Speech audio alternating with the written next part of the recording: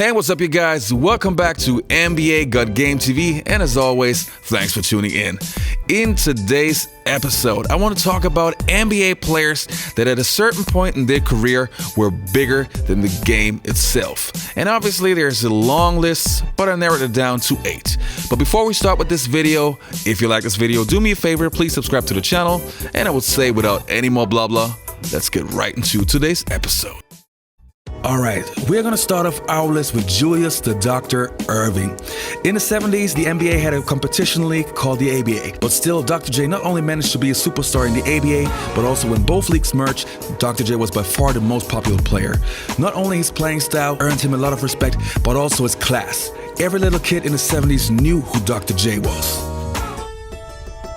There's something called essence. And essence, I think, is how you want people to feel about you. It's just about setting out on a mission and eventually accomplishing that mission. Julius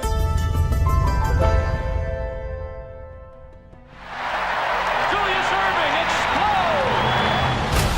And that sends everyone reeling. Where'd this guy come from? It was like ballet, the way he flew through the air, the way he moved. Here he comes.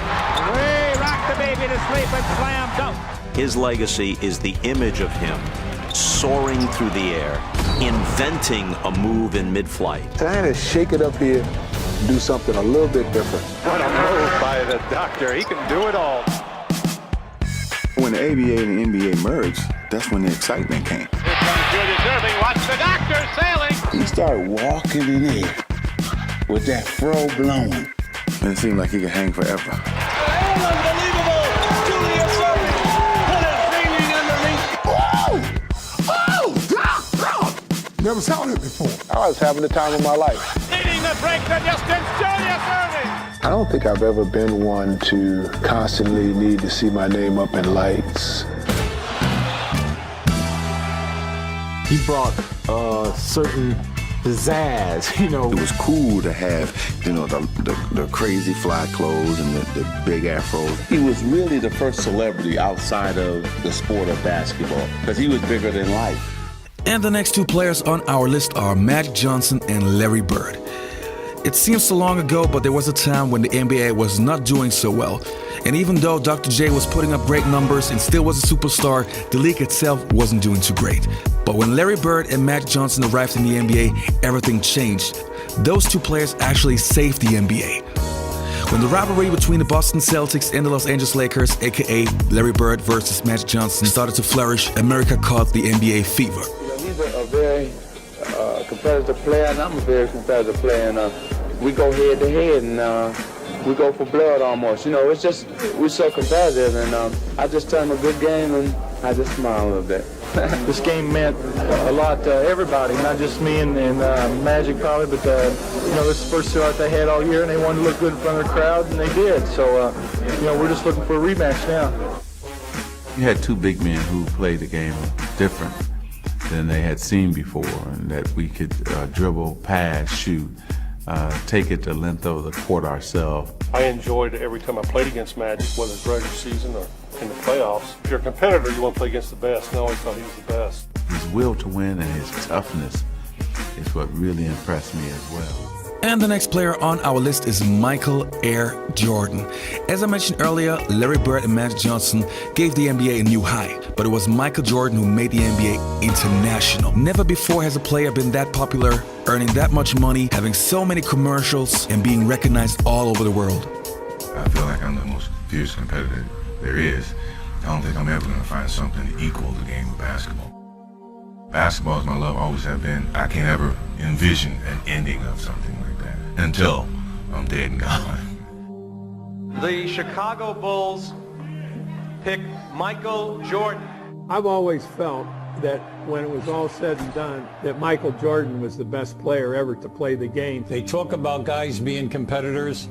He was the fiercest of all the competitors. Whether it was a meaningless game in April or Game 6 of the NBA Finals, we just played so hard, all he wanted to do was win. I knew, the announcers knew, everyone in the building knew, the team the Bulls were playing knew that at that moment Michael was going to get the ball. And guess what?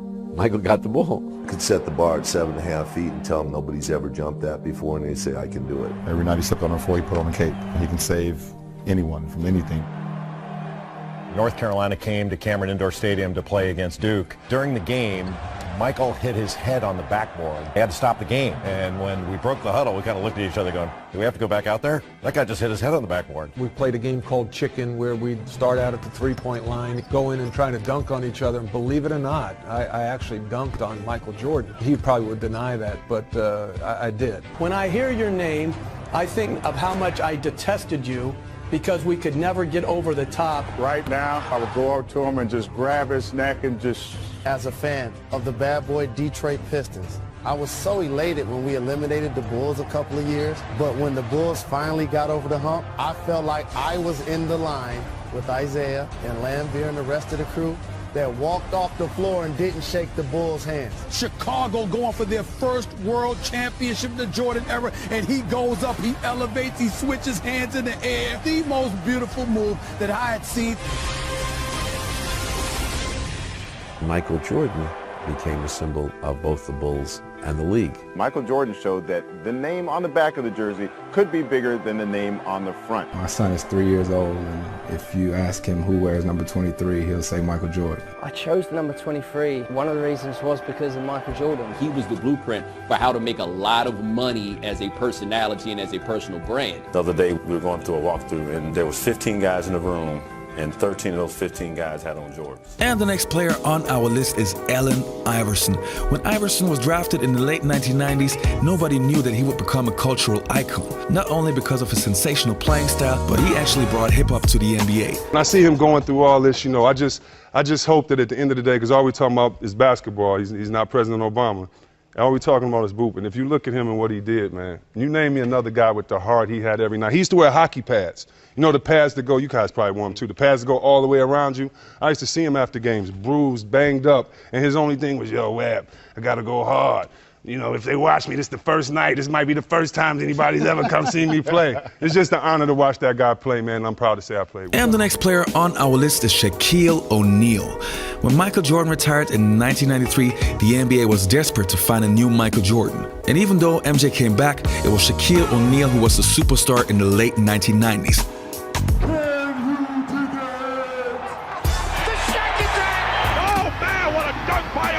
He does it all. He is the complete package. So many moves, so much power. It's like a man against boys here tonight. He will punish you. He's the most dominant player in the game. Hello, everybody. Shaquille O'Neal. And the next player on our list is Vince Carter, aka Air Canada. When Vince Carter came into the NBA, it only took him a few games before he became an international superstar. Those crazy in-game dunks that he had were even more spectacular than most guys did in the slam dunk contest. There was a 5 to 6 year span where Vince Carter was the most popular player in sports in general. The fans come to see, they want to see something spectacular is what it's all about. Insanity. It's electric. Oh my goodness! It's high flying. That was sick, wicked, nasty. Everybody goes crazy. Vince Carter, you are amazing. Being in the NBA was my lifelong dream. Toronto has traded for the rights to Vince Carter. That's where I created my legacy. I believe in myself. I believe in my game. Insanity has returned airborne. Whoa! And listen to the crowd. Carter has been named the Rookie of the Year. And the last two players on our list are LeBron James and Kobe Bryant. Okay, first things first, I'm not the greatest LeBron James fan, and I probably will never be, but you gotta give respect where respect is due. He's a great player with a very high basketball IQ, and to the young generation, he's probably the best player they've ever seen. Kobe Bryant, on the other hand, was a worldwide sport icon for many years. His impact in the game is undeniable. Hey, are you an old school NBA fan? Well then, our channel, The Basketball Time Machine, is the right channel for you.